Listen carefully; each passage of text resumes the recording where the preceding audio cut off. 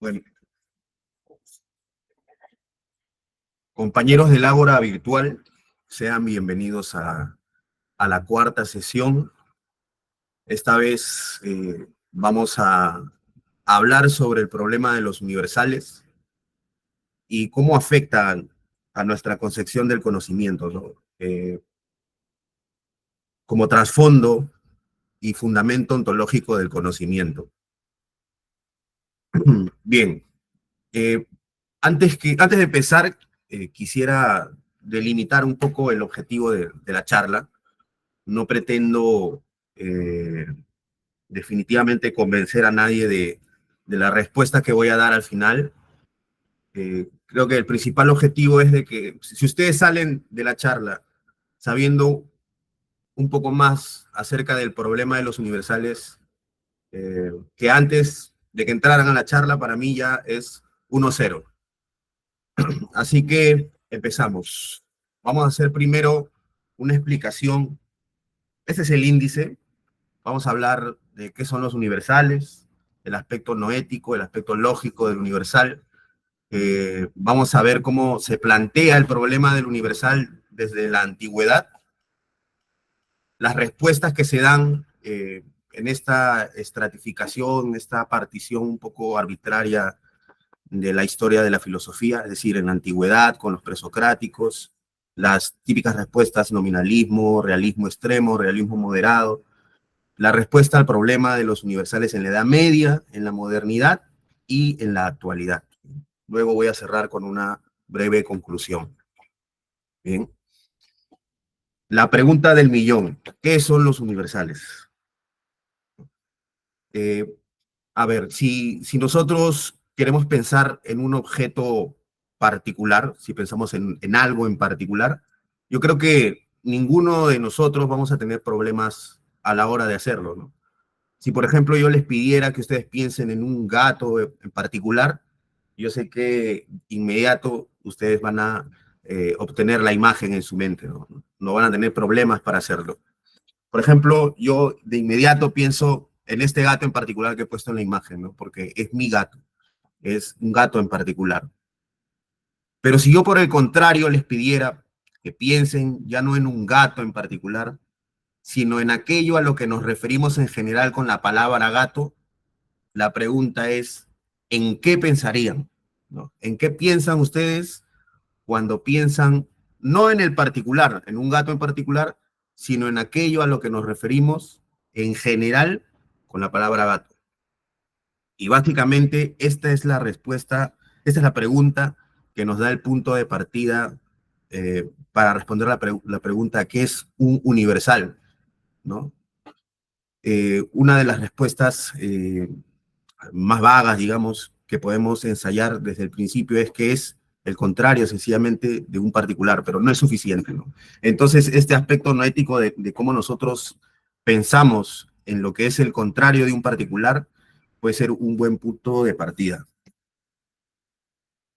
¿no? Hemos visto que pensar, pues entonces, un particular no representa ninguna dificultad, ¿no? Pero para pensar en el universal, debemos abstraer las múltiples propiedades que tienen en común todos los gatos particulares para conformar con ellas el concepto general de gato. Y aquí yo voy a utilizar la palabra concepto de una manera ligera. Más adelante espero que se entienda por qué digo que de manera muy ligera. Por esta razón, el problema de los universales es llamado también el problema de lo múltiple en lo uno, ¿no? Porque tenemos que pensar varias propiedades que tienen las cosas particulares y subsumirlas en uno solo, ¿no? En una sola. Tenemos entonces una noción provisional de universal, ¿no? Llamamos universal a aquello que reúne las propiedades esenciales compartidas por todos los miembros de una clase. Así que vamos a tener esta definición provisional por el momento, ¿no? Y luego vamos a entender cuál es su función en el aspecto lógico. Hasta ahora hemos hablado del aspecto no ético, es decir, de cómo nosotros, de cómo el intelecto, la mente, como le quieran llamar, la inteligencia, piensa en aquello que no es particular, ¿no? Sino en lo general, ¿no? Pero el aspecto lógico de el universal es cuando nosotros lo predicamos, ¿no? Una vez teniendo cierta idea o cierta concepción de lo que es el contrario del particular o lo múltiple, nosotros predicamos de un particular. Por ejemplo, al ver una entidad particular con determinadas propiedades, nosotros podemos predicar de esa entidad que es un gato, ¿no?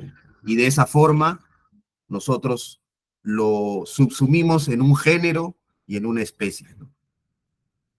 Ese es el aspecto lógico del universal. Bueno, acá como curiosidad he puesto la etimología de la palabra universal, ¿no? Que es universus, universa, universum, que significa universal, todo, entero, general, completamente, etcétera, lo cual ya nos va dando una idea, ¿no? De, de básicamente a qué se refiere la palabra universal. Algunos han definido universal como noción general, otros como idea, otros como concepto, otros como entidad abstracta, clase, relación, etcétera. Eso lo vamos a ver más adelante, ¿no? Y es que debido a su alto grado de abstracción y complejidad, no existe un solo nombre ni una definición unívoca de lo que es el universal, y muchos van a prescindir de la definición, ¿no? Van a preferir dar definiciones pragmáticas, definiciones funcionales y de otro tipo, ¿no? El planteamiento del problema de los universales se da de manera muy temprana. De hecho, los antiguos no tienen el problema definido, no tienen el problema claro, ¿no? Así que lo que nosotros vamos a hacer aquí es utilizar el planteamiento del problema que propuso Porfirio, ¿no? Y vamos a ver en medio de la exposición que este planteamiento va a exigir que nosotros vayamos de una disciplina de la filosofía a otra. En algunos momentos vamos a hablar de la ontología, del universal, es decir, de la pregunta del qué es, ¿no? A qué cosa es el universal. Luego vamos a ver cuáles son sus consecuencias en nuestra concepción del conocimiento, en la lógica, en la filosofía del lenguaje, en la ética, etcétera, etcétera, porque es un problema que abarca varias ramas, varias disciplinas, si se podría decir así, ¿no? De la filosofía. Entonces vamos a hacer, ustedes van a sentir de repente algunos saltos arbitrarios de un enfoque a otro, ¿no? Así que hecha la advertencia. El planteamiento de Porfirio es el siguiente, ¿no? Y lo hace con tres preguntas. Ahora, Porfirio no las hace exactamente así. Yo este planteamiento lo he tomado de Juan Espinosa Medrano, que me parece que lo hace de manera más clara. Y la primera pregunta es la siguiente. ¿Los universales existen en la realidad o son un mero invento de la mente o el entendimiento? Esa es la primera pregunta, ¿no? Es una pregunta ontológica, ¿no? Si existen en la realidad, ¿son corpóreos o incorpóreos? ¿No? ¿Están en las cosas particulares que percibimos? Es decir, por ejemplo, en un gato en particular, o están separados de esas cosas particulares.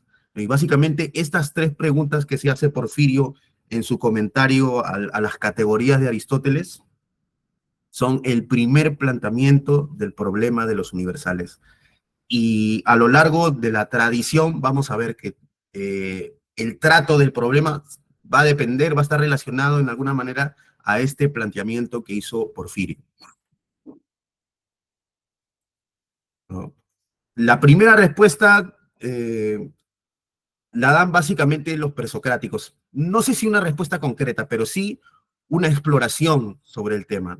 El problema de los universales o de lo múltiple en lo uno se manifiesta desde el principio de la filosofía en la búsqueda del arjé o de los fundamentos de la realidad, ¿no? Los presocráticos intentaban encontrar un único principio común para la multiplicidad de lo real, y las respuestas son por todos conocidas, ¿no? Los jonios hablaban del agua, del aire, del apeiron, se habló del fuego, de cuatro elementos, de los contrarios, etcétera, etcétera, etcétera, ¿no? Pero hay un personaje que destaca por su respuesta sobre el fundamento último de la realidad, ¿no? Que es Heráclito, ¿no? que a diferencia de los otros presocráticos que proponían un arjé, un elemento que podríamos encontrar en la naturaleza físico, él dice no, ¿no? O sea, bueno, el principio fundamental de la realidad es el constante devenir, el cual se desarrolla a través de la oposición de los contrarios. Entonces, esta respuesta sui generis, ¿no? Se la lega a sus discípulos, entre los que se encontraba Crátilo, ¿no? Y como todos ustedes saben, Crátilo fue maestro de Platón, ¿no? Y Crátilo lleva a tal extremo este principio del devenir, del constante cambio, que se cuenta que, mira, él evitaba hablar de cualquier tema, ¿no? No se metía mucho en los debates, y para comunicarse utilizaba el dedo, señalaba con el dedo, porque él creía que para cuando él acabara de decir cualquier cosa sobre un tema, la realidad ya habría cambiado para entonces, falseando, ¿no? Todas sus proposiciones. Este, esta postura se cuenta que tenía Crátilo, ¿no? Lo cual nos demuestra cómo lleva al extremo las doctrinas de Heráclito. Y evidentemente, pues, estas doctrinas extremas de Crátilo sobre el devenir heraclitiano impactaron profundamente en Platón, ¿no? Que fue su alumno. Entonces, Platón, siguiendo a Parménides, considera que el constante devenir heraclitiano hace imposible el conocimiento, es decir, la ciencia. Y eso le preocupa demasiado. Ahora, hay que entender que cuando hablamos de ciencia aquí, estamos hablando de la episteme griega, ¿no? Es decir, la creencia verdadera y justificada, ¿no? Su solución a este problema es la teoría de las ideas. Esa es la primera respuesta al problema, que nos da, pues, Platón, ¿no? Y siguiendo el esquema de Porfirio, según la teoría de las ideas, las respuestas serían las siguientes, ¿no? Los universales son reales, no son meras construcciones mentales o etiquetas de lenguaje, ¿no? Existen en un mundo suprasensible, ¿no? En el topus Uranus, donde son inmutables, eternas y perfectas, ¿no? Existen separados de las cosas sensibles, las cuales participan de ellos por tener realidad y ser inteligibles, ¿no? Entonces vamos a ver que está esta idea por todos conocidas, de la teoría la teoría de Platón, esta idea de que las entidades que nosotros vemos, las entidades físicas, participan de entidades que son más perfectas, ¿no? Para tener realidad y para poderlas pensar, porque pues esta especie de explicación que tenía Heráclito del fundamento de la realidad, que lo hacía constante devenir, evitaba que nosotros podamos conocer la realidad, que es constante cambio, parece no ofrecernos un asidero para el conocimiento. Entonces, la respuesta que da Platón es esta, ¿no? Ahí luego les voy a pasar las diapositivas. En algunas diapositivas he puesto la bibliografía que he usado, ¿no? Ahora, a esa respuesta que da Platón se le conoce como realismo extremo. Y vamos a ver que recorre toda la historia de la filosofía e incluso llega a nuestros días. Hay todavía pensadores que tienen esa posición, esa postura frente al problema de los universales, ¿no? La otra postura o la otra respuesta al problema es el nominalismo o heraclitismo, ¿no? Así como la doctrina de Heráclito ocasionó la reacción de Platón, la doctrina de Parménides causó una reacción que fue el atomismo, ¿no? Y este atomismo fue asumido por Epicuro. Para Epicuro solo hay dos clases de entidades, las corpóreas, los átomos, y las incorpóreas, el vacío. Y ya que los átomos son corpóreos, indivisibles e inmutables, el conocimiento se asegura a través de la observación de las propiedades accidentales que presentan los compuestos de los átomos, ¿no? La consecuencia de la doctrina que fue planteada por primera vez de manera racional por Epicuro, de manera concreta, es la siguiente: los universales son meras representaciones mentales. no son corpóreos y por lo tanto no tienen existencia real más allá del sujeto que conoce, ¿no? Este es el nominalismo.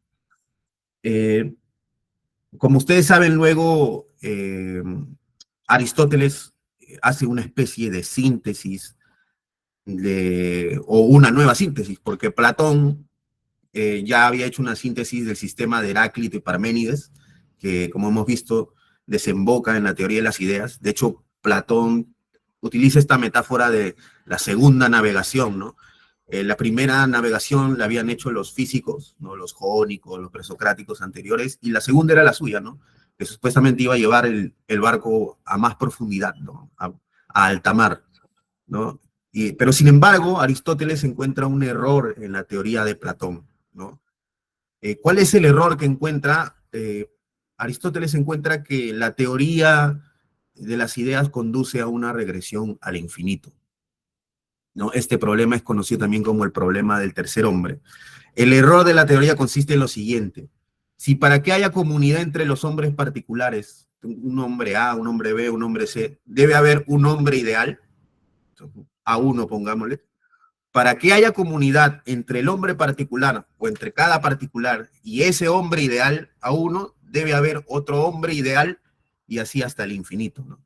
Se llega a esa relación. Parece increíble, pero Platón no cuidó, no pudo cerrar el sistema bien y Aristóteles encuentra este punto débil y se trae abajo la teoría de las ideas, en parte. Vamos a ver que en parte, ¿no? Para corregir este error, Aristóteles propone su propia teoría que todo el mundo la conoce, es el hilemorfismo, ¿no? Esta teoría postula que la entidad más básica de la realidad es la sustancia, el ente, ¿no? Las sustancias contienen su esencia en sí mismas, no de forma separada como en la teoría de Platón. La sustancia está compuesta por materia y forma, ¿no? Es decir, disculpen un momento, están escribiéndome. Voy a ver. Dios. Ya, ya. Entonces, como decía, a diferencia de la teoría de Platón, la teoría de Aristóteles no pone eh, el fundamento racional de los individuos en un topus uranus, ¿no? No está separada, sino está en sí misma, ¿no? Y es la esencia.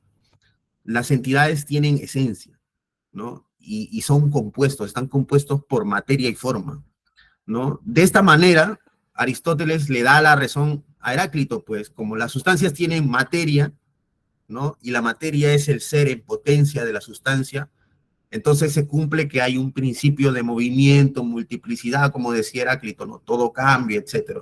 Esa explicación del cambio se da a través de la materia, ¿no? Que siempre está en constante devenir, en constante cambio, ¿no? Pero también a la vez le da la razón a Parménides, pues si las sustancias tienen materia, también tienen forma, ¿no? Y esta forma es el ser en acto de la sustancia, ¿no? El principio de la unidad, de la permanencia y de lo universal, ¿no? Y que nos permite también conocer. Entonces, con esta doctrina del hilemorfismo, eh, Aristóteles ha sintetizado las otras doctrinas que le preceden, ¿no? Las más importantes de la antigüedad, las más influyentes, y encima corrige el error de la teoría de las ideas de Platón, ¿no? Y a esta explicación que no es sencillamente pura metafísica, ¿no? Tiene su aplicación en el problema de los universales, ¿no? No es tampoco un simple ejercicio histórico, ¿no? Sino que sirve para entender la respuesta del realismo moderado, como vamos a ver ahora, ¿no? Según esta teoría del hilemorfismo que presenta Aristóteles, que se denomina realismo moderado, los universales son entidades reales. Los universales no son corpóreos, tienen un tipo de existencia distinto al de las sustancias particulares, es decir, son sustancias de segundo grado. En cierto sentido, los universales están en las sustancias particulares y en cierto sentido están separados de ellas. Se dice que están las sustancias particulares porque el entendimiento toma la esencia que está en el individuo, estableciendo una relación real con él, ¿no? Y se dice que están separados porque para constituir el universal, el entendimiento toma lo general de la esencia de las sustancias particulares, ¿no?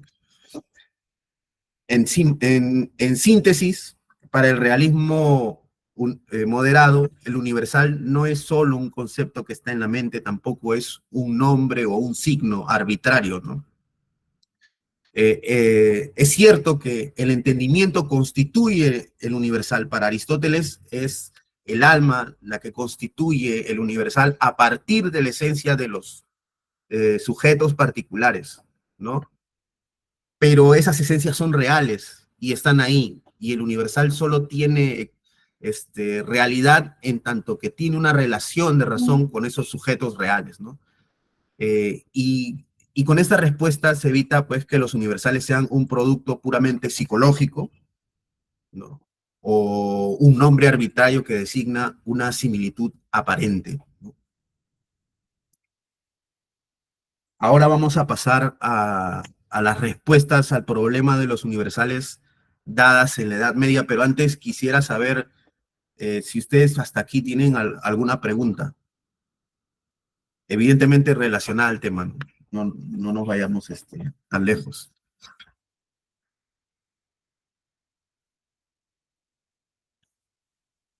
Yo, a ver, rápidamente, aquí dice sobre el realismo moderado que se evita el psicologismo porque en realidad al constituir el universal se echa mano de la esencia, ¿no? La esencia que está en las cosas concretas. Pero ¿qué Sí. diferencia la esencia? O sea, ¿por qué eso nos evita el psicologismo? Es decir, ¿qué diferencia la esencia de la apariencia? Bien podría ser, la esencia de una cosa material podría ser una apariencia, ¿no? Un poco para el hinduismo, la esencia de las cosas es mera ilusión. Entonces, por qué evitamos el psicologismo apelando a la esencia de las cosas concretas, cuando las cosas concretas son pura apariencia? Su esencia es que son pura apariencia, ¿no? Puro movimiento, modificación. No sé Claro. si... Sí. Sí, justamente por eso se puso la parte metafísica de Aristóteles, que puede parecer como que, bueno, esto para qué lo contamos, ¿no? Justamente es para esto, ¿no? Porque la idea es que Aristóteles desarrolla una metafísica, ¿no? En la que intenta, de alguna manera, apagógicamente, ¿no? Tumbar el sistema de Platón, ¿no? Pero a la vez rescatar la síntesis que había hecho Platón, ¿no? Y en esta empresa, él termina con el tema de la sustancia, ¿no? Es decir, lo básico en la realidad, el elemento básico en la realidad es la sustancia, ¿no? Y existen sustancias que son particulares, son reales, es decir, con esto Aristóteles está diciendo básicamente que ese constante devenir es una apariencia, realmente, ¿no? En la realidad tiene cosas reales, aunque estén sujetas al cambio en cierto modo, es decir, porque tienen materia, ¿no? Y esta explicación del hilemorfismo básicamente nos va a ayudar para salvar ese problema. La sustancia tiene materia y es la parte de la sustancia que está sujeta al cambio, al constante devenir, ¿no? Pero también tiene forma, ¿no? Y es esta forma la que nos permite inteligirla, ponerla, hacerla, clasificarla, ¿no? Definirla y, y poder situarla de manera lógica. Bueno, ustedes saben, la lógica antigua no es como la lógica de ahora, no era nada parecida. La lógica antigua contenía conceptos como, por ejemplo, el género, la especie, el propio, la diferencia, etcétera, ¿no? Eh, entonces, la forma permitía que nosotros, a las sustancias particulares, nosotros podamos aplicarles estas categorías lógicas, ¿no? Entonces, Aristóteles va a desarrollar esta metafísica por completo, ¿no? Ahora, si tú crees que la realidad es una mera apariencia, pues eso es justamente lo que proponían los heraclitianos, ¿no? Lo que proponía Crátilo, ¿no? Para Crátilo, pues la realidad era un constante flujo al punto de que no había que decir nada, ¿no? O sea, si tú querías, es más, Crátilo lleva al extremo la respuesta de Heráclito, ¿no? Heráclito canta rey, ¿no? Y la interpretación, el hombre no se puede bañar en el mismo río, ¿no? Dos veces, ¿no? Crátilo lo que llega a decir es, no, el hombre no se puede bañar ni una vez, ¿no? Eso es lo que decía Crátilo. Y es más, como dice la anécdota, ni siquiera participaba en los debates porque él creía que mientras él estaba diciendo que, por ejemplo, X es verdadero, mientras él estaba terminando de decir X es verdadero, X ya había dejado de ser verdadero, ¿no? Es algo que señala Hegel también, ¿no? Esto de aquí, esta cosa de aquí. Mientras yo digo esta cosa de aquí, esa cosa ya ha cambiado, ¿no? Y es básicamente eh, pensar de esa manera anula por completo la posibilidad del conocimiento, la posibilidad real del conocimiento, ¿no? Entonces, Platón se da cuenta de esto, desarrolla la teoría de las ideas, pero como Aristóteles encuentra un error en ellas, propone su teoría del ilemorfismo, ¿no? Y pone la esencia que para Platón estaba eh, más allá, ¿no? En un mundo aparte, la pone en los mismos particulares, ¿no? Y esta es básicamente esta postura aristotélica que tiene definitivamente una dimensión empirista, ¿no? Y ustedes ya saben que Aristóteles, pues era un hombre dedicado al estudio de los animalitos, ¿no? De las diversas especies de los animales, de la naturaleza, de las piedras, de las plantas, ¿no? Era básicamente una especie de naturalista, ¿no? Y creo que de ahí que él intente hacer una lógica para poder clasificar a todos esos seres y que entienda también que esos seres son básicamente cosas particulares y compuestas, porque si son sencillamente simples, entonces caemos en lo de Crátilo, pero si son compuestas, como dice el ilemorfismo, de materia y de forma, entonces tenemos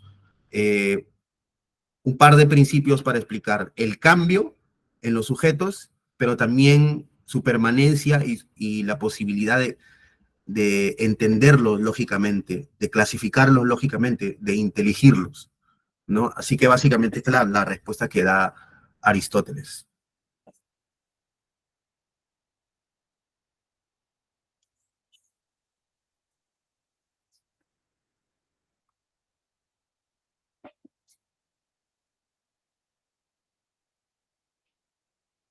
¿Alguien más tiene una pregunta con respecto de repente a la terminología, alguna cosa, alguna palabra, no sé, que de repente estoy repitiendo varias veces y que no, de la cual no conocen el significado o les gustaría que sea explicada con mayor detalle, etcétera? Porque les prometo que esto se va a poner más feo, ¿no? Se va a poner un poquito más complicado y, y yo creo que teniendo una comprensión eh, más o menos amplia del problema en la antigüedad, con eso ya tenemos una base sólida para poder comprender lo que viene después, ¿no? Porque no son meras repeticiones de estas respuestas, pero sí están basadas en gran medida en estas respuestas que dan los antiguos, ¿no? El realismo extremo propuesto por Platón, cuya idea principal es evitar el constante flujo de este mundo, ¿no? Que parece de apariencias, porque todo cambia, todo se transforma, las cosas son y no son y dejan de ser, ¿no? Parar ese constante flujo eh, de la realidad, ¿no? De la realidad, de la naturaleza, y fundamentar el conocimiento en entidades que están en otro mundo seguro, ¿no? En el topus uranus, ¿no? Esa es la respuesta de Platón y del realismo exagerado, podríamos llamarle, ¿no? Un realismo extremo, ¿no? los universales tienen una realidad completamente independiente de nuestra mente y del hombre, y se extinguirá la humanidad y los universales siguen ahí, ¿no? Por eso se le llama como un realismo extremo. El nominalismo planteado por Epicuro propone que no, ¿no? Que aquí lo que hay son átomos compuestos de átomos y el vacío, y nada más, ¿no? Y no hay ni universales, ni nada. Él era un enemigo de todo lo que sea cuestiones abstractas, ¿no? Entonces, pues aquí no hay nada, los universales que son nombres, los nombres que nosotros le damos a los conjuntos de las cosas, ¿no? Que por alguna razón le vemos alguna similitud. Y eso es todo, y eso es el nominalismo, ¿no? Que muy en la línea de aceptar de que todo está en un constante cambio, en un constante devenir. Y luego está este realismo moderado, un poco más complicado, digamos, porque exige ya una, una división de la sustancia, ¿no? Ya la esencia de una cosa, ¿no? Que lo que le da realidad a una cosa particular, ya no está aparte en un mundo, ¿no? En el mundo celeste, sino está en la cosa misma. Pero para esto la cosa misma tiene que ser un compuesto de materia y forma, ¿no? Que nos permite explicar a la vez el movimiento y que nos permita también inteligir a la cosa, ¿no? Poder clasificarla, poder captarla a través del entendimiento, del intelecto, hacer la lógica y asegurar el conocimiento. De otra forma, no podríamos decir nada cierto, ¿no? No podríamos afirmar ninguna verdad sobre nada. Entonces, dicho esto, este pequeño, digamos, repaso, vamos a continuar con las respuestas al problema de los universales en la Edad Media. Bueno, las tres respuestas que se dieron en la antigüedad serán suscritas de alguna forma por los pensadores de la Edad Media, según sus filiaciones filosóficas. Como es obvio, los platónicos suscribirán el realismo extremo, los pensadores de corte más empirista, el nominalismo, y los aristotélicos, el realismo moderado. Sin embargo, las respuestas que dan los medievales presentan algunas modificaciones significativas y por eso tiene sentido estudiarlas, ¿no? Y de hecho, el problema de los universales se hace conocido en la Edad Media, ¿no? Era una disputa que tenían los escolásticos, ¿no? Estos se juntaban así como nosotros nos juntamos en el ágora virtual a lanzar pullas por ahí, y ellos igualito, ¿no? Se mandaban ahí sus stickers medievales. Y este era uno de los problemas centrales que discutían, ¿no? La línea de los realistas extremos de la Edad Media está constituida por varias figuras, pero principalmente por tres, ¿no? Y como es obvio, San Agustín, ¿no? Que se le conoce como un platónico, ¿no? San Agustín va a suscribir la respuesta platónica, pero él va a afirmar que los universales existen no en un mundo aparte, ¿no? En un mundo suprasensible, sino en el intelecto de Dios, ¿no? Y las cosas que nosotros experimentamos en la realidad son a semejanza de las ideas que están en el intelecto divino, de las ideas ejemplares. Ese es el concepto que va a utilizar San Agustín, ¿no? La escuela de Chartres, no sé cómo se pronuncia, Bruno debe hacer aquí la corrección, porque es una palabra ya bacán. École de Chartres. De Chartres. Bueno, yo voy a tener que decirle Chartres nomás, porque es imposible pronunciarlo para mí. Era una escuela, ¿no? De neoplatónicos que básicamente estaban ensayando las primeras fusiones entre el platonismo y el aristotelismo, ¿no? Ellos se inclinaron, así como Aristóteles, por las ciencias naturales, por el estudio de los animales, ¿no? Por el estudio de los particulares, y por lo mismo intentaron conciliar la doctrina de Platón y la aristotélica, desarrollando el concepto de formas nativas, ¿no? Esta esencia que nosotros, de la que estábamos hablando con Bruno, ¿no? A ellos le llaman formas nativas, porque están en los particulares, ¿no? No son formas apartadas, ¿no? Pero son formas nativas que de alguna manera participan de las ideas, ¿no? Que están en el intelecto divino, y es por eso que tienen algún grado de realidad, ¿no?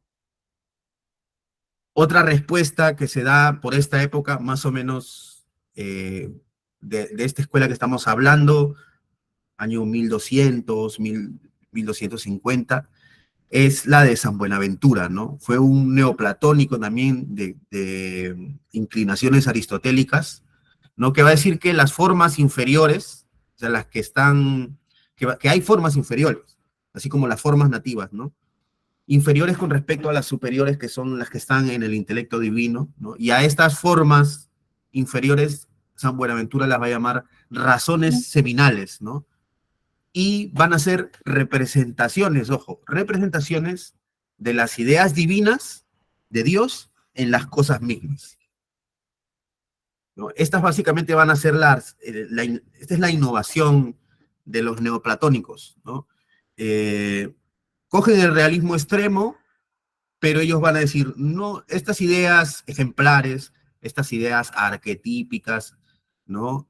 Estas formas, no están en el cielo, no están en un mundo aparte de ahí, ¿no? Como un museo celeste, ¿no? No, sino que están en el intelecto del Dios personal cristiano, ¿no? Y vamos a ver que eso que ahora nos resulta muy chocante, cuando uno profundiza en la explicación que dan los realistas extremos de la Edad Media, vamos a ver que tiene un funcionamiento súper racional, ¿no?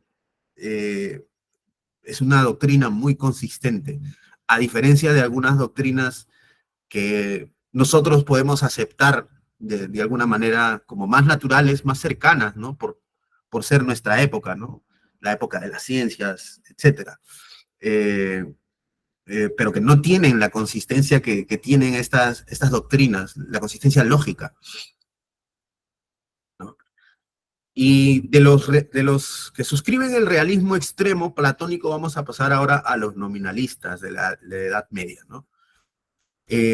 No el primero, pero sí el primero que da una respuesta conocida y que se discute es Juan Rosselin, ¿no? Y él va a decir que los universales son voces vacías, o sea, es decir, son puros nombres, flatus vocis, ¿no? Son solo palabras que designan al conjunto de los individuos, ¿no? Y es más, la sustancia no tiene partes, la sustancia no es ni materia, ni forma, ni nada, ¿no? Y la palabra, por ejemplo, humanidad, que designa a la esencia de todo hombre, no es una cosa, no es algo que esté aparte de la cosa, ni en la cosa, ni nada, es solo una palabra, ¿no?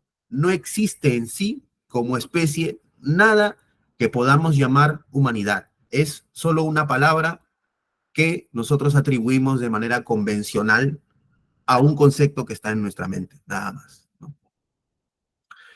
En esta línea va a seguir Pedro Abelardo, que fue alumno de el anterior mencionado, ¿no?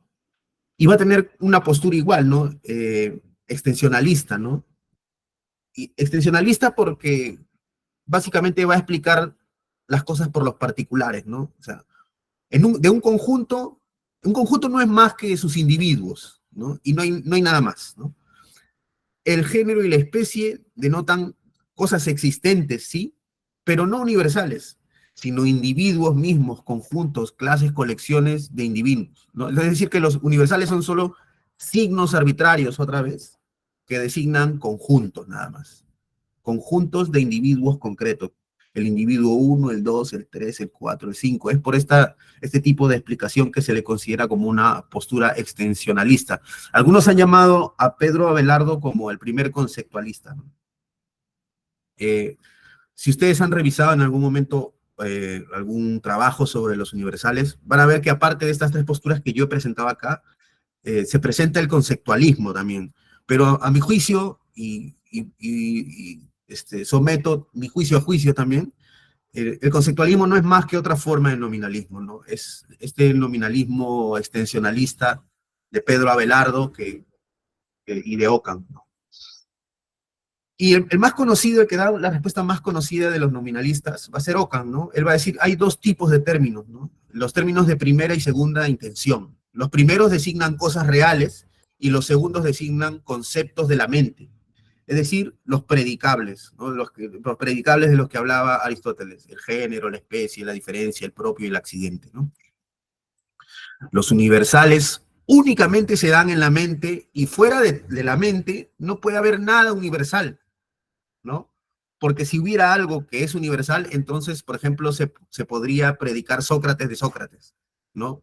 Porque Sócrates podría ser el universal, ¿no? Esta es la respuesta que da Ockham, ¿no? Es la forma en la que él va a negar que existan los universales fuera de la mente, ¿no? Fuera de la mente, va a decir Ockham, solamente hay particulares. Hay semejanzas entre los individuos, por ejemplo, el ejemplo que pusimos al principio del gato, ¿no? Un gato con otro, con otro, con otro. ¿Tienen semejanzas? Sí, pero no tienen en sí ninguna naturaleza o esencia, ni forma, ni nada en común, ¿no? Es sencillamente semejanzas para el que está viendo, para el sujeto cognoscente, que están únicamente en su mente como conceptos, ¿no? Esta es una actitud lógica, digamos, lingüística, semejante a la de muchos filósofos analíticos actuales, ¿no? Como la de Goodman, ¿no? Es decir, todo es el concepto que el hombre tiene, ¿no? Y esta es la postura que desarrolla con más precisión Guillermo de Ockham en la Edad Media, ¿no? Y ahí en la imagen podemos ver a Pedro Abelardo afanando a su alumna Eloísa, ¿no? Se la raptó el hombre, a pesar de ser un hombre de fe. Así que puse ahí el cuadro para la curiosidad histórica, ¿no? Ahora vienen los realistas moderados de la Edad Media, ¿no? Y con ellos la explicación, a mi juicio, más completa acerca del tema, ¿no? La respuesta más contundente y completa acerca del tema. Y empezamos con San Alberto Magno, ¿no? Igual, contemporáneo de los nominalistas que mencionamos anteriormente. Y es que ya para estos realistas moderados no era suficiente la explicación realista extrema de los neoplatónicos, ¿no? Pero asumir el nominalismo, como empiristas que eran también los realistas moderados, en cierta medida, era, como les digo, que perder el fundamento ontológico del conocimiento. Esa era la idea que ellos tenían.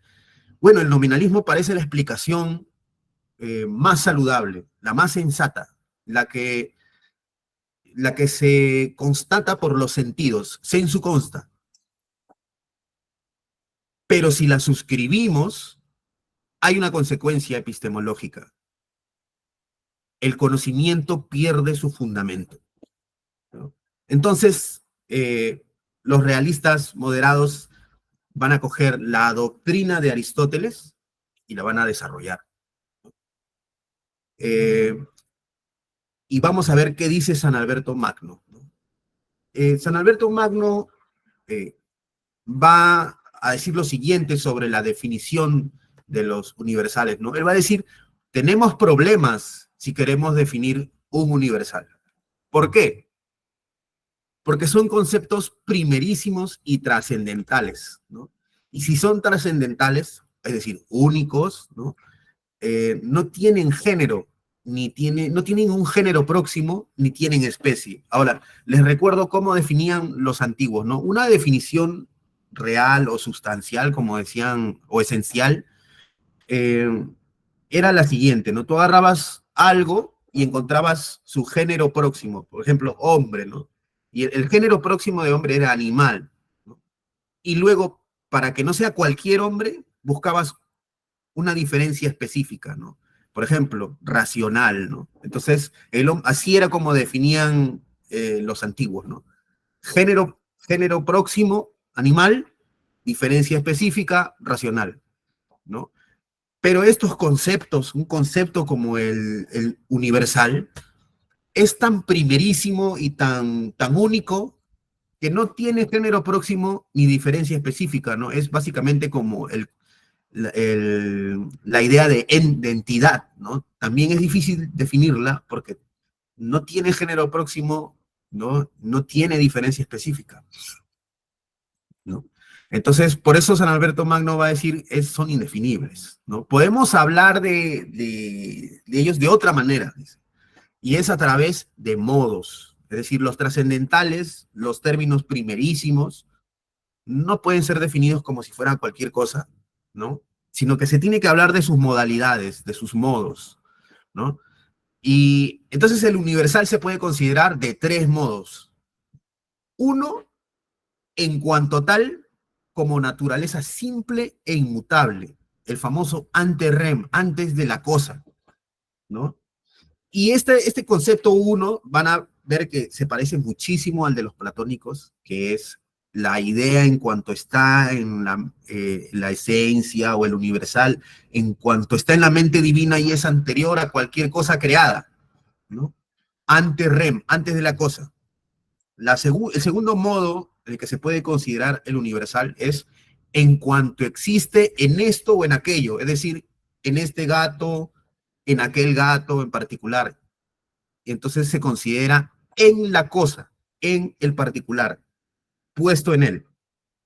Y el tercer modo es en cuanto se refiere a la inteligencia, ya al sujeto cognoscente, el aspecto epistemológico, ¿no? Y eso es post-rem, es decir, después de la cosa, porque es algo que se obtiene a partir de la cosa, después de la cosa, y se genera en el intelecto humano, en la inteligencia del hombre, ¿no? Entonces, tomando en cuenta este súper cipeo de la doctrina de San Alberto Magno, que por cierto fue maestro de Santo Tomás de Aquino, el universal existe efectivamente, es real y es independiente si lo tomamos ante rem, como en el punto 1, en su modalidad número 1, como tal, ¿no? Como naturaleza simple e inmutable, el universal existe, es real y es independiente del intelecto humano, ¿no? Ahora, el universal nunca es corpóreo, jamás, ¿no? Y además existe en cierto modo separado de la cosa, como hemos visto en la explicación 1, y en cierto modo está en la cosa como a su esencia o forma, como vemos en el punto 2, en la modalidad 2 que presenta el universal, ¿no? Y esta es la explicación muy ingeniosa que da, a mi juicio, San Alberto Magno, ¿no? Ahí en el cuadro podemos ver a San Alberto sentado, recibiendo un superfolio de Santo Tomás que está chibolín, ¿no? Y más arriba estaba San Pablo supuestamente presentándose ante ellos, manifestándose, pero esa parte no alcanzaba, así que la mutilé. Seguimos con los realistas moderados de la Edad Media y el segundo y quizá el más importante a mi juicio va a ser Santo Tomás de Aquino, ¿no? Y Santo Tomás de Aquino no solamente va a ser esta exposición influenciado por su maestro San Alberto Magno, ni influenciado solamente esta exposición metafísica que presenta a lo largo de todas sus obras, ¿no? Influenciado por Aristóteles, no solamente eso, sino que él va a llevar la doctrina a sus últimas consecuencias, la va a desarrollar por completo. Es una doctrina muy compleja, muy consistente, y espero que se pueda entender. Y si es que no la entienden, les juro y les prometo que el problema soy yo y mi explicación, ¿no? Porque a mi juicio es muy clara y muy ordenada, ¿no? Entonces, Santo Tomás de Aquino, eh, para poder entender básicamente el conjunto de premisas que comienza a soltar Santo Tomás de Aquino, quisiera tomar este concepto de ton legeta y polacos, ¿no? El ser se dice de muchas formas, que es una frase que aparece en el libro, creo, 4 de la metafísica o 5, ¿no? En el que Aristóteles va a decir que el ser, pues, ¿no? Se dice, en efecto, de muchas formas y tiene modos. ¿no? El primer modo en el que se dice ser es acerca de la sustancia de la que estábamos hablando ya, ¿no?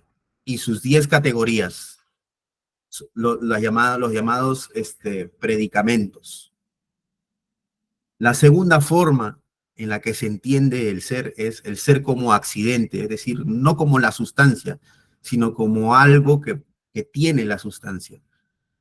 El tercer modo en el que vamos a entender el ser es el ser en potencia y en acto. ¿Ya? Este es importante. La cuarta forma de ser es el ser veritativo. Es decir, cuando nosotros, por ejemplo, decimos 1 más 1 es 2, es verdad, ya, ese ser, ese es verdad, es una modalidad del ser y se le llama ser veritativo, ¿no? Y a esto le podemos agregar, que esta sí no es doctrina de Aristóteles, le podemos agregar el ser por analogía, ¿no? Que hay cosas de las que podemos predicar ser, pero no las podemos predicar de la misma forma. El ser de Dios, por ejemplo, ¿no? No es el mismo ser que tiene una lagartija, contra todo lo que pudieran afirmar los místicos persas, Rumi, no sé, no tienen el mismo ser, y por lo tanto se dice ser, la lagartija se dice que es de manera análoga, ¿no? Porque no es lo mismo, no puede significar lo mismo el ser de Dios que el ser de la lagartija, ¿no? Y a esto le llamamos el ser por analogía. Y vamos a ver que eh, en muchos sistemas filosóficos se habla de manera analógica, se utiliza esta forma de predicar analógica cuando no se puede predicar directamente, ¿no? A esto es lo que muchos también le llaman como una especie de hipóstasis, ¿no? O de error categorial. Por ejemplo, cuando uno dice, esta obra de arte es conmovedora, ¿no? Tú estás diciendo que esta obra tiene un ser conmovedor, pero tú sabes, por psicología, etcétera, que, o sea, la conmoción es un hecho psicológico, ¿no? Y que no hay ninguna cosa que realmente sea conmovedora, estricto sensu, ¿no? Tú puedes predicar conmovedor de un hecho psicológico, más no de un objeto. Un objeto solo es conmovedor por analogía, ¿no? Entonces, creo que ahí queda explicada esta idea del ser por analogía, ¿no? Ahora, Santo Tomás comienza a tirar factos acá.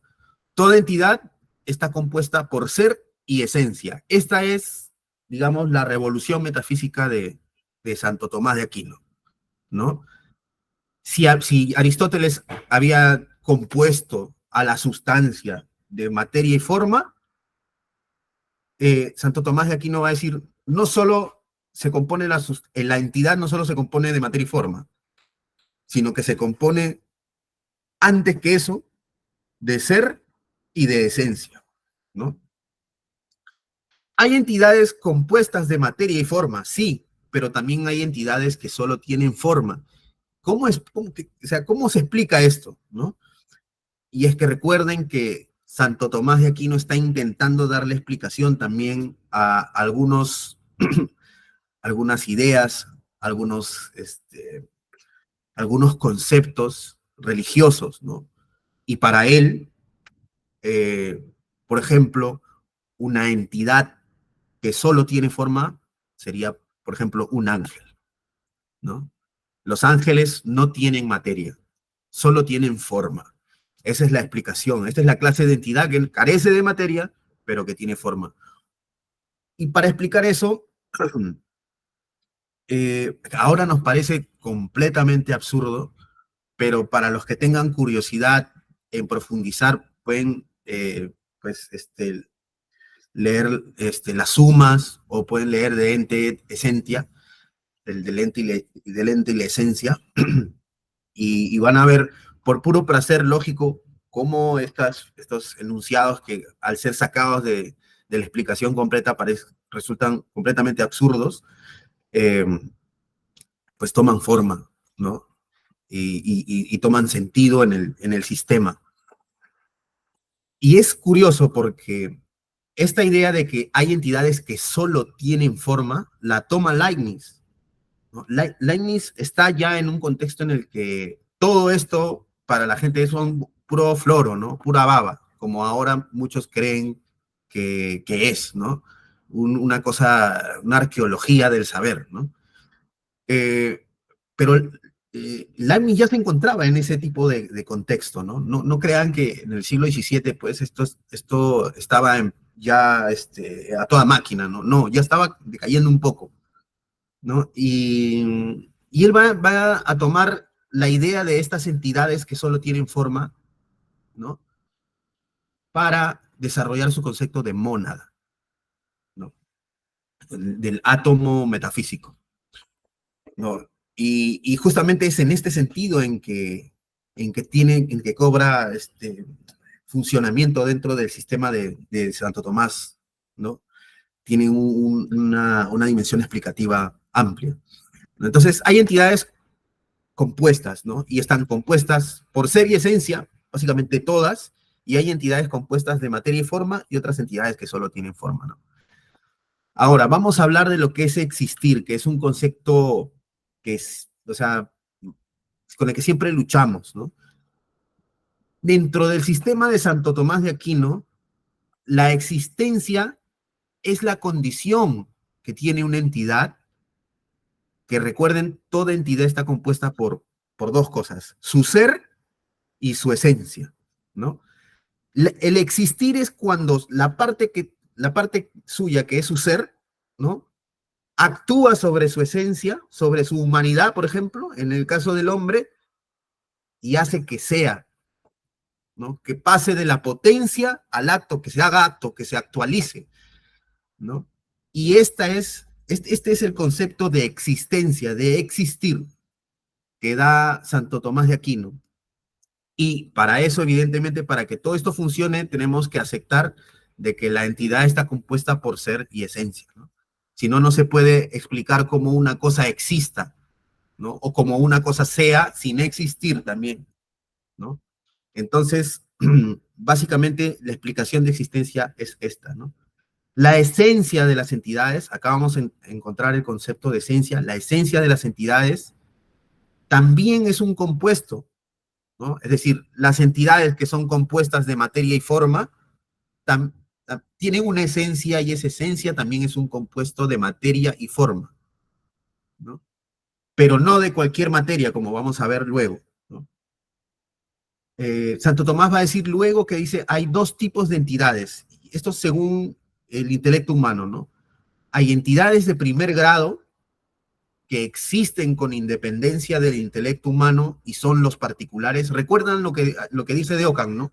Para Ockham no podían haber entidades particulares, entidades universales fuera del intelecto humano. Todo universal tiene que estar en la mente, porque en la realidad no puede haber nada universal, ¿no?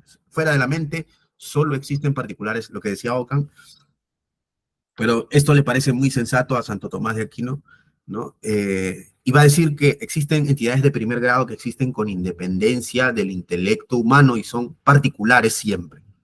Y otras entidades de segundo grado cuya existencia depende de las entidades de primer grado. Y estas entidades son universales. Y aquí tenemos al universal. Bien, esta doctrina de las entidades de primer grado y segundo grado la podemos encontrar también en las categorías de Aristóteles, de otra forma, ¿no? Me va a decir entidades de primer grado, las entidades particulares, entidades de segundo grado, los universales como género y especie. Eso es literalmente lo que dice Aristóteles en las categorías, ¿no? Ahora va a decir, hay entidades de primer grado que son compuestos de materia y forma, tal como dijo Aristóteles, ¿no?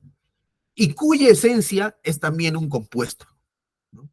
Ahora, la materia, va a decir Santo Tomás de Aquino, acá una genialidad, ¿no? Es de dos tipos. Está la materia signata, es decir, la materia determinada que ya tiene una composición, la cual es el principio de individuación de las entidades. Es por las cuales las entidades son particulares. Este gato, este otro gato, aquel gato de allá, por el principio de individuación de estas entidades.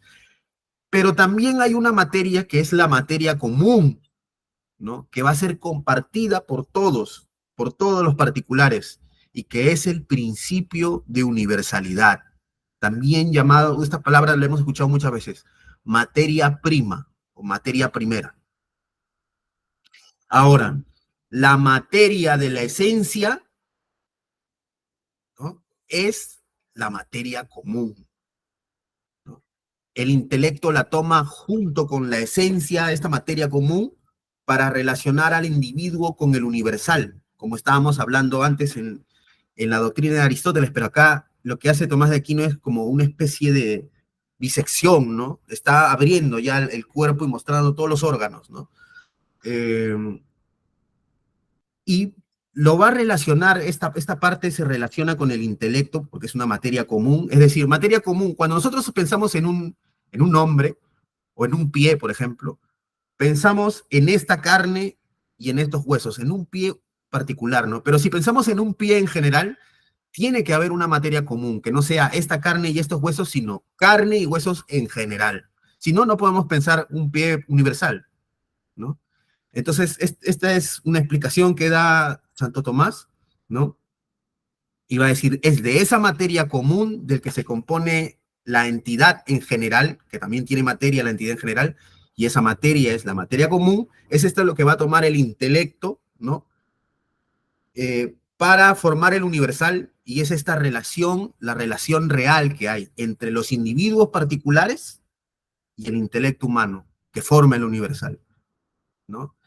Y lo toma así para poder predicar de los individuos el género y la especie, ¿no? Ya que sin eso no podemos definir. Y si nosotros no podemos definir algo, entonces no podemos transmitir el conocimiento, ¿no? Entonces, yo sé que esta exposición de repente puede parecer algo densa, podemos volver aquí a, a revisarla, pero básicamente podemos resumirlo hasta aquí, esta metafísica de Santo Tomás, en lo siguiente, ¿no? Si ya Aristóteles había descompuesto a la sustancia en dos partes, materia y forma, lo que va a decir Santo Tomás es, momento, hay una división previa de todas las entidades, no solamente de la sustancia, de todas. Y esa división previa es el ser y la esencia. Y ahí es donde aparece la esencia, que no estaba explicada ni en Platón, ni en Aristóteles, ni nada, ¿no? ¿No?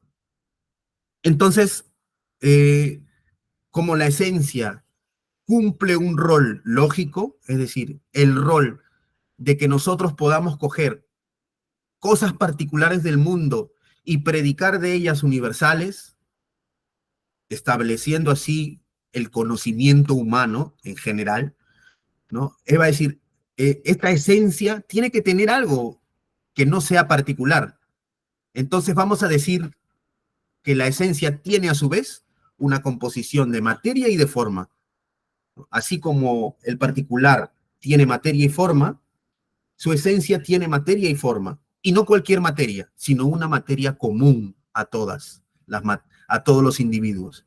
Y es por eso que el intelecto puede coger esta materia común junto con la forma y generar el conocimiento universal a partir de ese individuo particular, ¿no? Y esta es la explicación que da Santo Tomás, y con esto resuelve el problema de cómo se da la multiplicidad en lo uno, y cómo lo uno, que es particular, puede a su vez ser múltiple, ¿no?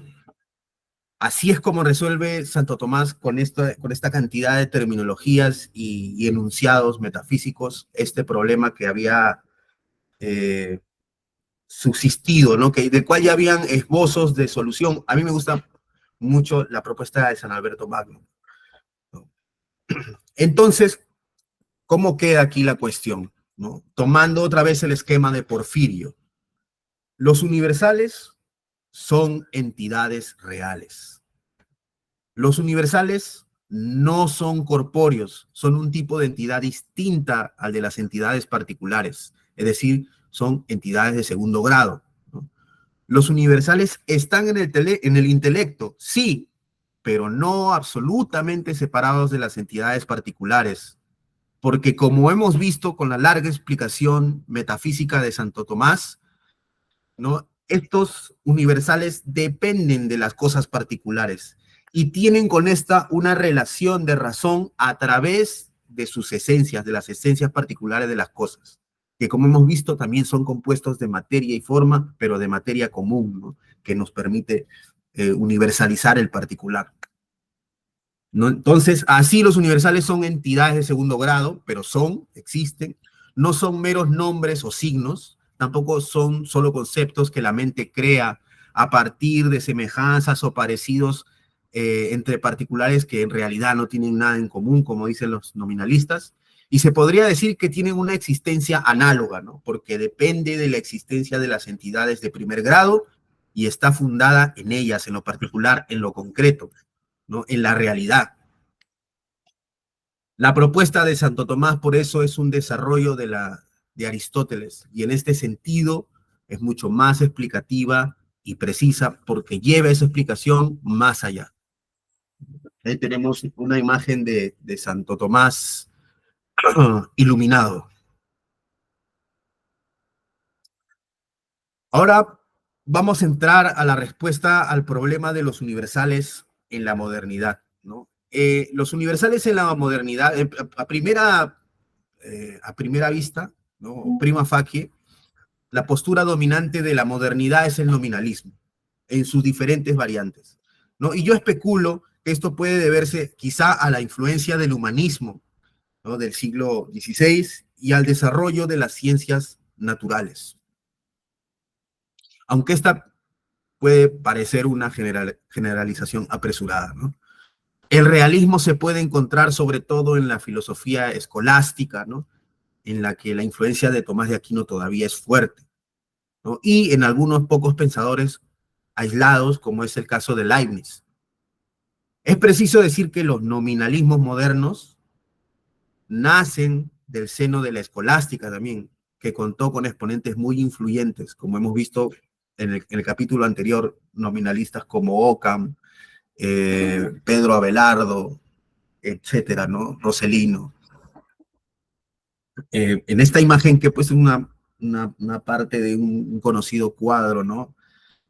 Yo creo que básicamente el debilitamiento del realismo se da junto con el debilitamiento de las doctrinas escolásticas, ¿no? Y en la modernidad tenemos entonces una larga lista de nominalistas muchos, yo estoy seguro que no van a estar de acuerdo con esta clasificación, pero voy a exponer mis razones, ¿no? En la modernidad tenemos una larga lista de nominalistas, y yo empiezo aquí con Descartes, ¿no? ¿Y por qué con Descartes? Es que Descartes tiene una doctrina llamada el innatismo, ¿no? Y también tiene una ontología que divide a todos los entes en dos grupos. Los entes son res extensa, es decir, son cosas, y res cogitans, son ideas, ¿no? Razón, o cosa que conoce.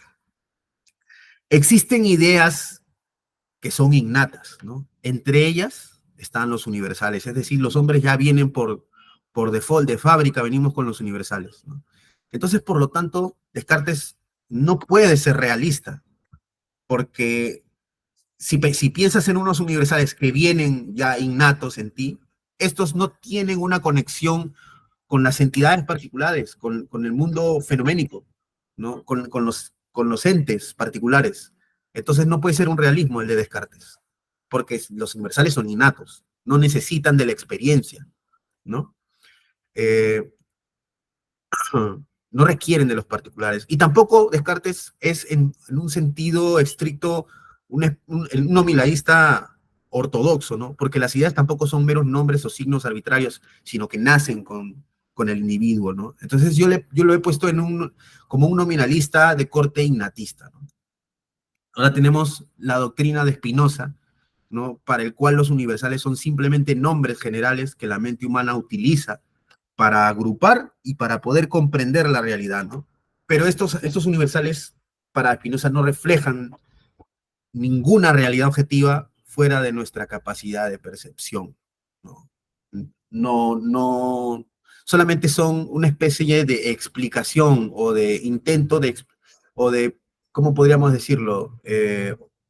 Instrumento heurístico, ¿no? Para solucionar este problema que tenemos con el conocimiento, porque pareciera que conocemos, ¿no? Entonces, para explicar ese conocimiento hay que inventar universales, hay que ponerle palabras, ¿no? Otro nominalista de la modernidad va a ser John Locke, ¿no? Para Locke, los universales no son reales en sí mismos ni innatos, sino son un producto lingüístico que nosotros usamos para organizar nuestras percepciones, ¿no? Un buen empirista, ¿no? Para David Hume, los universales, otro empirista, los universales son meras asociaciones, ¿no? De impresiones hechas por la mente, basadas en la repetición de estas impresiones y de nuestras percepciones, ¿no? Pero que no reflejan ninguna realidad ontológica, ¿no? Para Kant, que hace la síntesis de los modernos, de los racionalistas y los empiristas, ¿no? Podríamos decir de su sistema que es un nominalismo conceptualista, ¿no? Puesto que para Kant los universales no son cosas que existen en el mundo real, pero tampoco son simples etiquetas, ¿no? En cambio son formas que tenemos a priori, ¿no?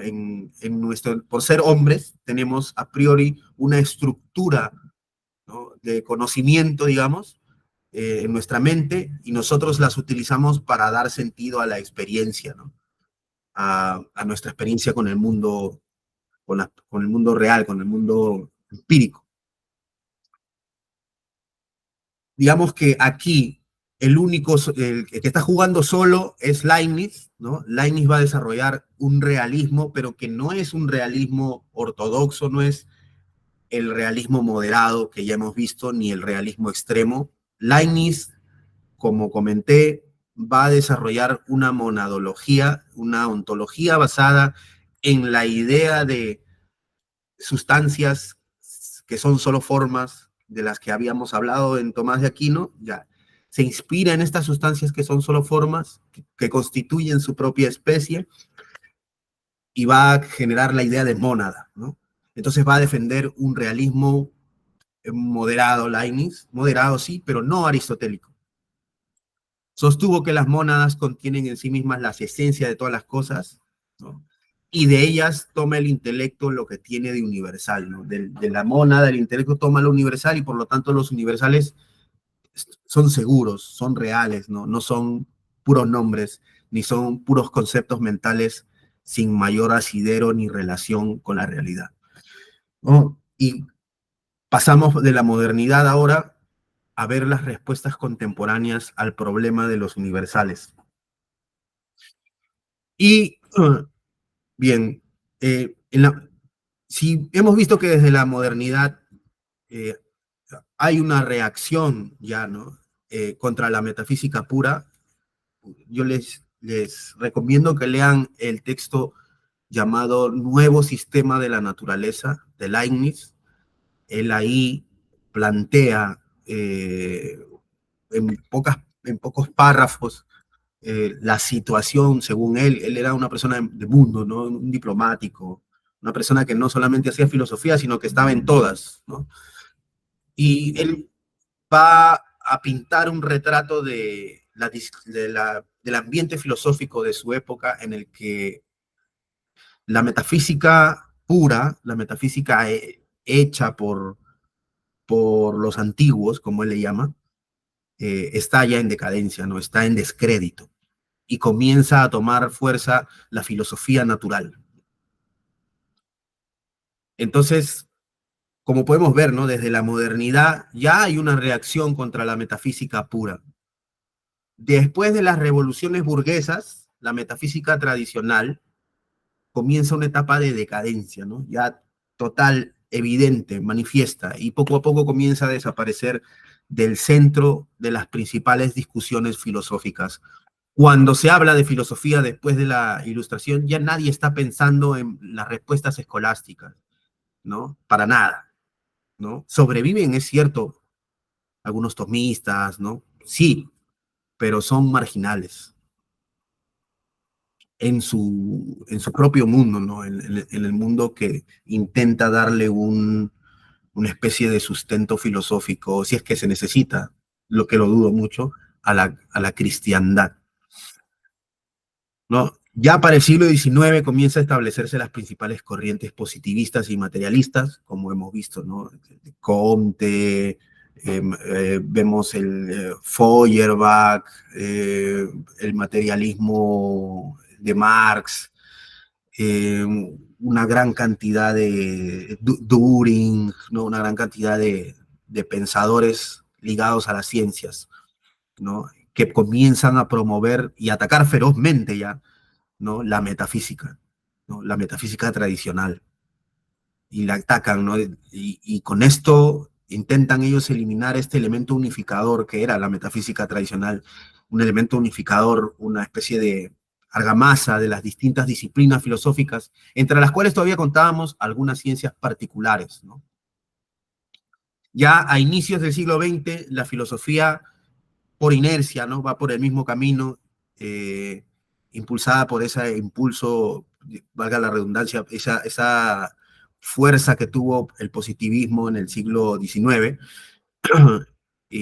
Ahora, hay que matizar un poco, ¿no? Y es preciso señalar que aunque la metafísica tradicional ya se ve en crisis en el siglo XVII, las grandes obras que nosotros estudiamos, sea la crítica de la razón pura, qué sé yo, cualquiera que se les ocurra, tienen algo en común, y es que intentan proponer una recuperación de la metafísica, ¿no? Intentan rescatar, renovar y revitalizar la metafísica, de alguna forma. A veces ese intento termina por darle otro golpe mortal, ¿no? A la especulación metafísica pura, como en el caso de, justamente, de Kant, ¿no? Que intenta reemplazar la metafísica por la crítica. Y este golpe, esta decadencia de la metafísica, por el contrario de lo que podemos pensar, genera una serie de corrientes más inclinadas hacia el lenguaje, ¿no? Hacia lo particular, hacia la lógica, hacia lo que es útil, ¿no? En un nivel, si antes pensábamos que el nivel de la apariencia era la misma realidad, ¿no? Y ahí es donde se chocaban los sistemas, ¿no? Con los fenómenos, parece ser que aparece una pared anterior a esta, ¿no? Que es los problemas del lenguaje, lo que hemos llamado un giro lingüístico, ¿no? Aquí he puesto una obra de un pintor francés, ¿no? Que justamente nos quiere dar a entender este tema, ¿no? Esto no es una pipa, ¿no? Nosotros estamos viendo ahí la pipa, pero esto realmente no lo es, ¿no?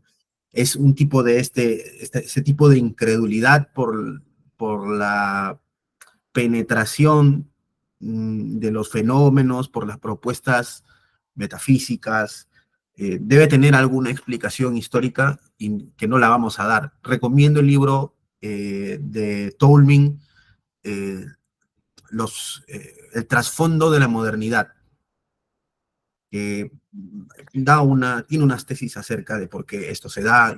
Bueno, lo recomiendo para que lo tengan en cuenta cuando quieran profundizar en esto. Entonces vamos a hablar de las primeras respuestas que se dan en lo que podemos considerar globalmente actualidad, ¿no? Estamos hablando del siglo XIX, ¿no? Y una de las primeras es la de Peirce, ¿no? Él fue un realista, pero en un sentido pragmático, ¿no? Es decir, en tanto que nos sirve para explicar cuestiones de la ciencia, ¿no? Para efectos de la ética, etc. Hay tres modos de ser, va a decir Peirce. El ser de posibilidad o primeridad, como le llama, el ser de hecho o segundidad, y el ser de las leyes y las regularidades, al cual él va a llamar terceridad, ¿no? Ya sé que por ahí algunos materialistas están poniéndole M1, M2, M3, ¿no? El significado de un concepto nos va a decir, Peirce, está en sus efectos prácticos y en cómo se manifiestan en la experiencia, ¿no? Desde esta perspectiva, los universales son reales en la medida que nos sirven, que nos permiten que nos permiten predecir comportamientos o resultados observables, ¿no? Es decir, en la medida en que nos son útiles, existen los universales y no entra en una especulación ontológica de mayor profundidad, ¿no? Que es el signo, a mi juicio, de esta época, ¿no? De nuestra época, salvo un pequeño giro que se está dando que vamos a ver luego, ¿no? Ahora, para Frege, por ejemplo, Frege no era un filósofo en sentido estricto, un filósofo sistemático, no trató el tema directamente y hay todo un debate alrededor de la postura de Frege, ¿no? Porque él no fue un metafísico, ¿no? Y en general se considera que defendió un realismo lógico o un platonismo, ¿no? Para el cual los universales son entidades abstractas, objetivas y que existen independientemente del sujeto cognoscente, ¿no? Fuera de la mente por completo, ¿no? De otra forma no se podría explicar algunos conceptos de su sistema lógico.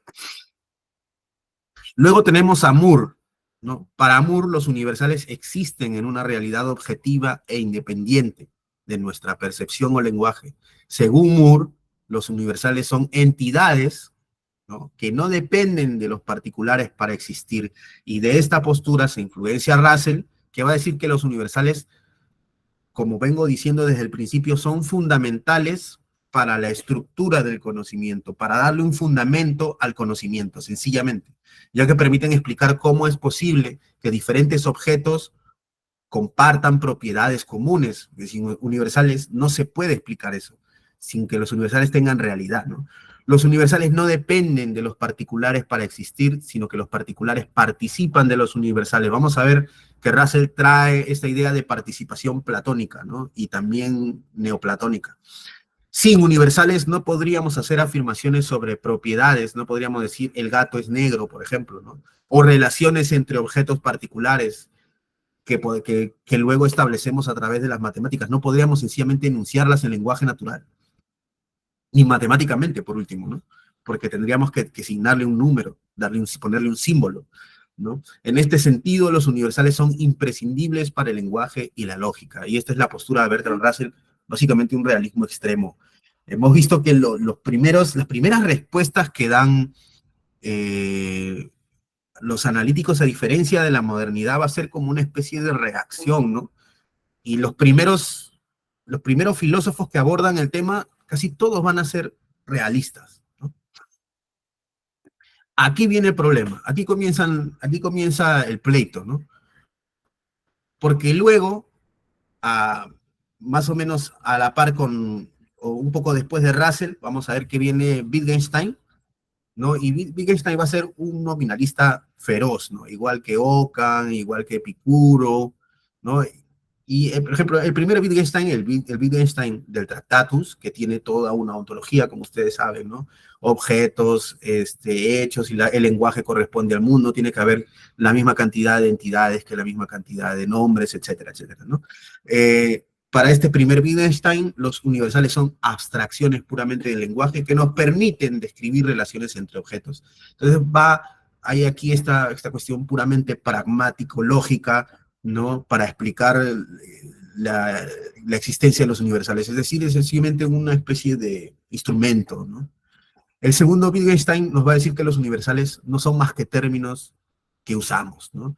En función de un contexto determinado, de una pragmática, ¿no? Son de los diferentes usos que le podemos dar al lenguaje. No hay universales como tales, hay nombres. Por lo tanto, Wittgenstein es rotundamente, clavadito, un nominalista, ¿no?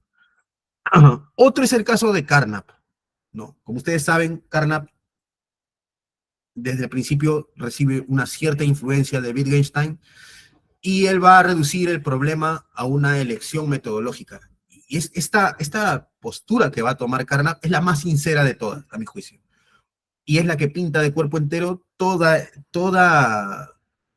la filosofía, a mi juicio, que se va a hacer, toda la metafísica que se va a hacer casi hasta finales del siglo pasado, siglo XX. Carnap va a decir, miren, muchachos, esta discusión de si existen los universales, no existen, eso es puro gas. Eso no tiene ninguna relevancia, ¿no? Aquí lo que nosotros tenemos que ver es si metodológicamente tiene sentido conservar un concepto tal como los universales, aunque no tenga ninguna referencia en la realidad, ¿no? Entonces, ¿tiene sentido? Sí. Bueno, los universales entonces son una herramienta dentro de una convención lingüística, ¿no? La pregunta ontológica sobre los universales de fondo no es relevante y no tiene ninguna importancia. Esta es una cuestión netamente metodológica porque, como ha señalado Russell, no podemos conocer si no hay universales. Pero como los universales no están dentro del marco, como podríamos decir, fisicalista, entonces, bueno, hay que creer en ellos de manera metodológica además, ¿no? O sea, hay que postularlos como un instrumento que resuelve algunos problemas metodológicos. Ahora, para Bishop, Carnap no era un nominalista, sino era un tipo de realista, ¿no? Pero a mí esto me parece que no, discrepo, no lo suscribo. Yo creo que Carnap era ontológicamente un nominalista, no, es más, ni le interesaba, ¿no? No, era tan incrédulo de estas cosas que él ni le interesaba. Es un realista solo en el sentido en que, pues, bueno, ¿qué puedo hacer? Tengo que aceptar que esto es un concepto, ¿no? Unos nombres que me ayudan a resolver, y tengo que aceptar que esos conceptos existen y tienen que existir, porque si no se me cae el conocimiento, ¿no? Es una cuestión puramente práctica, metodológica, ¿no? Entonces, a partir de este punto que ya hemos dicho, se conoce como giro lingüístico, la mayoría de filósofos contemporáneos, salvo excepciones, van a evitar asumir compromisos ontológicos fuertes, ¿no? Se puede hablar incluso de una renuncia ontológica. Y acá yo sé que ya aquí comienzan los problemas y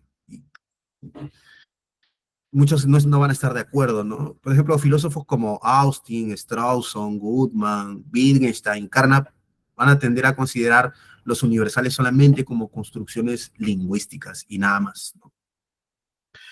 Y esto ha sido considerado por muchos también como una especie de decadencia también de la filosofía, etcétera, ¿no? O de la filosofía de principios del siglo XX, una cosa que señalaron algunos continentales. Bueno, pero eh, así como hay una acción, hay una reacción aquí. Y algunos, siguiendo la línea de Russell, rescatándola, asumieron posturas antinominalistas. Algunos analíticos contemporáneos se dieron cuenta de que del enorme problema que genera suscribir el nominalismo, ¿no? En ese sentido se puede hablar de un realismo débil, es decir, un realismo no sincero, no un realismo que tiene fe, ¿no?, en los fenómenos del mundo, etcétera, que cree, ¿no?, que existen cosas aparte de la mente humana, no necesariamente que existen los universales, que hay relación entre el intelecto y las cosas particulares, no, nada de eso, ¿no? Sencillamente un enfoque metafísico, sí, pero limitado al enfoque metodológico, como ya hemos visto con Carnap, ¿no?, que tiene como finalidad explicar conceptos necesarios para la comprensión de instrumentos lingüísticos y lógicos, el cual tiene como valor epistémico evitar comprometerse completamente con un realismo ontológico fuerte. Para ellos, no comprometerse con cuestiones con cuestiones metafísicas es un valor epistémico, ¿no? Es decir, miren, aquel filósofo no se compromete ontológicamente. Qué bien, ¿no? Es un hombre sensato. En esta línea podríamos pues mencionar a Quine, ¿no? Ya hemos mencionado a Carnap, ¿no?, cuyo sistema se puede, ya hemos discutido esto, ¿no?, nominalista, pero metodológicamente realista, con respecto a los universales, ¿no? Sin embargo, ya para finales del siglo XX, en las últimas décadas, de manera directa o indirecta, varios filósofos analíticos han formulado respuestas de corte realista al problema de los universales. Es decir, algunos no han tratado el tema de los universales directamente, pero de sus sistemas se ha deducido que, ¿no?, si tuvieran que hacer una deducción lógica a partir de las premisas que tienen en su metafísica, aunque es muy limitada, se infiere de que ellos pues, asumen una postura realista, y este es el caso de Putnam, ¿no? Que tiene un realismo interno, Kripke y David Lewis, que tienen un realismo modal, ¿no? De los mundos posibles, Timothy Williamson y Alvin Goldman, quienes también asumen compromisos de orden ontológico. Es decir, se comienza a ver en las últimas décadas del siglo XX una reacción a este nominalismo radical, ¿no? A esta deriva, a mi juicio, a esta renuncia ontológica, y los filósofos comienzan aquí a comprometerse un poco más con las explicaciones metafísicas, ¿no? Y quiero aquí hacer una mención así especial de Chisholm y de Armstrong, ¿no? Pero sobre todo de David Armstrong, porque él propone unas cosas muy interesantes con respecto a los universales, ¿no? Por ejemplo, Armstrong va a tener esta postura igual naturalista, ¿no? Es necesaria una postura acorde, dice, con la ciencia actual. Ese va a ser su primer reclamo, ¿no? Pero como es inteligente, se da cuenta que la mejor respuesta que hay hasta ahora, ¿no? Haciendo un noli por encima de toda la historia, es la del realismo moderado. Entonces él va a suscribir el realismo moderado, pero con algunas modificaciones, ¿no? Va a hacer una crítica muy fuerte del nominalismo y el realismo extremo, y va a hacer una amplia clasificación de sus variantes. Él va a clasificar los nominalismos y los realismos extremos muy detalladamente, creo que hace como 7 clasificaciones de cada uno, y va a ir poniéndolos en proposiciones en el clásico método del análisis del lenguaje y eliminando, ¿no? Básicamente su ontología tiene una tesis o una hipótesis eh, principal, ¿no? Que consta de 3 proposiciones sobre el mundo. El mundo no contiene sino individuos, dice, pero estos individuos tienen propiedades, como es obvio, y están relacionados unos con otros. Los individuos tienen relaciones, ¿no? Las relaciones como fundamento de lo real. El mundo no es sino un único sistema espacio-temporal. Y 3, el mundo es completamente descrito en términos de una física completa. Bien, ahora, a nosotros nos interesa la proposición 1. Pues esta proposición nos lleva a la siguiente pregunta. ¿Cómo es que muchos individuos tienen una misma propiedad y una misma relación entre ellos? ¿No? Y volvemos aquí al problema de lo uno y lo múltiple, ¿no? Ahora, Armstrong afirma que las propiedades y las relaciones son reales, se dan en los particulares, pero son universales. Nos va a decir que él va a hacer una especulación muy amplia acerca de las propiedades, va a proponer propiedades homeoméricas, anomioméricas, simples, ¿no? Y complejas, etcétera. ¿Y por qué? Porque es el centro no sé, de la lógica, ¿no? De la lógica de predicados, ¿no? Su teoría básicamente es motivada por darle una explicación metafísica a ciertos conceptos de la lógica de predicados que quedan volando si no se le tratan, ¿no? Entonces, va a decir que existen los universales monádicos y poliádicos en consonancia con que existan predicados, ¿no? Monádicos y poliádicos también, ¿no? Eneádicos, ¿no? Por ejemplo, X de P de X, ¿no? P de X y Y, etcétera, ¿no? Lo que vemos en lógica de predicados, ¿no? Existen universales, va a decir también Armstrong, de orden superior, que también nos permiten explicar las variables en sistemas de lógica superior, los predicados que pueden ser variables también, y predicados de predicados, ¿no? Entonces, en este sentido, a mi juicio, el sistema, porque yo lo veo como un sistema de la respuesta que da Armstrong, es una de las respuestas, uno de los análisis de los universales que hay que tomar en cuenta, ¿no? Si es que queremos saber cómo está la cuestión de los universales, una de las mejores respuestas, a mi juicio, las da Armstrong, ¿no? Eh, y bueno, esto ha sido todo con las respuestas contemporáneas y quiero hacer una conclusión. Para acabar, espero que se haya dado cuenta, que haya quedado patente sin demasiada exageración. Temo que esa finalidad no la he cumplido. Que sin un sistema metafísico, muchas entidades quedan sin explicación, muchos hechos del mundo quedan inexplicados, ¿no? Nos hacemos bola a veces, a los que les guste la filosofía de la lógica van a darse cuenta cómo sufren los filósofos de la lógica para explicar cómo es que se predica algo de X, cómo es que los predicados pueden tener predicados y estos a la vez predicados, si se puede predicar una especie o un determinado conjunto de otro. Y esas confusiones surgen, a mi juicio, porque los filósofos evitan la especulación metafísica, que tienen terror, ¿no? Es decir, estas entidades solo son explicadas desde enfoques puramente pragmáticos, ¿no? Y estos resultan insuficientes, ¿no? Los instrumentos formales, que son la causa de la metafísica analítica, son medios, no son fines, ¿no? Si bien son indispensables para hacer metafísica, porque debido a que en la metafísica hemos perdido toda referencia y toda posibilidad de verificar empíricamente, el instrumento por excelencia de la metafísica, el perro del ciego, es la lógica, ¿no? Es indispensable, pero no es la justificación última de la metafísica. No hacemos metafísica ahora para explicar la lógica, para fundamentar conceptos de filosofía del lenguaje, etcétera. No la hacemos para eso, ¿no? La exploración metafísica no debe tampoco circunscribirse a esos temas, ¿no? Ese es otro punto.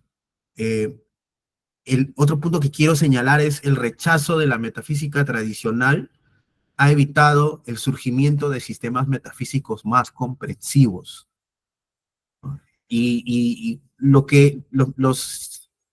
pensadores que he mencionado ahora último, como ese caso de Armstrong, son una excepción, ¿no? Yo he mencionado varios, ¿no? Pero son excepciones realmente para la millonada de pensadores que tenemos ahora.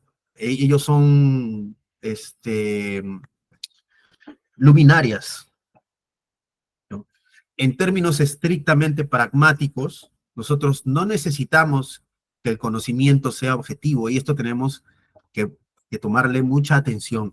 En términos estrictamente pragmáticos, en términos en los que la filosofía de los últimos tiempos ha querido hacer metafísica, ¿no? Y ha querido sustentar el conocimiento, para eso no necesitamos para nada que el conocimiento sea objetivo, no necesitamos para nada que sea ni verdadero, ni real, ni racional, solo que funcione y que cumpla con los fines prácticos que se le asignan, ¿no? Por muy arbitrarios que sean, ¿no? Lo que dicte el poder, ¿no? El conocimiento pragmático no puede dar explicaciones últimas que justifiquen su conexión coherente con otras dimensiones de la vida humana como la ética, la moral, la política, la educación, todas las cosas que son importantes para nosotros. Porque estas dimensiones no pueden fundamentarse igualmente en la pura practicidad, ya que requieren de principios y de valores. Y con este tipo de disciplinas o de dimensiones de la vida humana que requieren no de la pura practicidad momentánea o del interés del poder de turno, que requieren, sino de principios y valores, el conocimiento desde el punto de vista pragmático no puede relacionarse con ellas. Porque los fines pueden ser arbitrarios, ¿no? Y entonces anda a saber Dios lo que al poder se le puede ocurrir, ¿no? Poner como fin, es decir, lo pragmático es inconmensurable con estas dimensiones de la humanidad. La universalidad, la objetividad, la verdad, la realidad y la racionalidad y todas las edades que se nos ocurran, loables, buenas y bellas, del conocimiento, dependen de su explicación metafísica más que de su pragmaticidad. Y en conclusión, por eso los universales no solo son reales, sino que deben serlo. Y ya que le hemos metido harto palo a cierta forma de hacer filosofía, quiero hacer un adendum, ¿no? Y quiero resaltar que esta filosofía, por más que no sea la que yo suscriba, ha hecho aportes, ¿no? Y quiero señalar los aportes que han hecho estas posturas antimetafísicas, analíticas y pragmáticas, para concluir definitivamente esta exposición, ¿no? La primera es la clarificación del lenguaje filosófico, ¿no? El método del análisis del lenguaje nos hizo ver como un montón de problemas que creíamos, wow, irresolubles, ¿no? Pues en realidad eran puros malos entendidos del uso del lenguaje, ¿no? Esa es una de las primeras cosas que yo he de resaltar, ¿no? La conexión entre epistemología y ciencia, por ejemplo, ¿no? Una de los valores que tienen algunas de las filosofías materialistas actuales. Estos pensadores pues han señalado la importancia de integrar la ciencia con la filosofía, alejándose de especulaciones metafísicas que no tengan fundamento alguno, ¿no? Y esto también es un aporte, es algo sano. Herramientas formales y lógicas. Estas filosofías desarrollaron lenguajes formales, instrumentos lógicos esenciales para el avance de la filosofía de la ciencia. Aunque renunciaron a compromisos metafísicos fuertes, sus aportes han proporcionado un marco sólido para el análisis conceptual, ¿no? Y para la discusión de la validez de teorías científicas y filosóficas. Y esto también yo lo considero un aporte, aunque tiene doble filo, ¿no? Y las herramientas metodológicas, por ejemplo, que nos brindó el pragmatismo y que nos ha brindado la filosofía analítica han permitido el análisis más concienzudo, más detallado, más preciso de cuestiones éticas y, por ejemplo, en filosofía del lenguaje, ¿no? Permitiendo a los filósofos tratar problemas con una mayor claridad conceptual. En suma, yo por lo menos no considero que la postura antimetafísica sea del todo desechable, ¿no?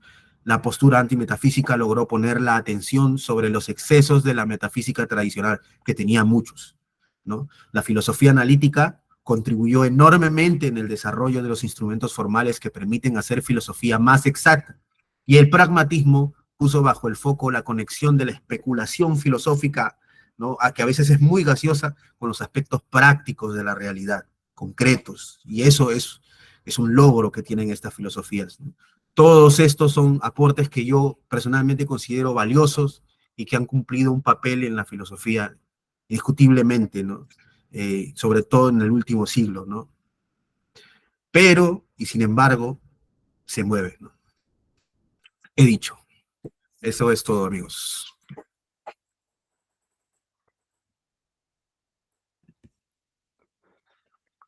Bravo, bravo. Enhorabuena.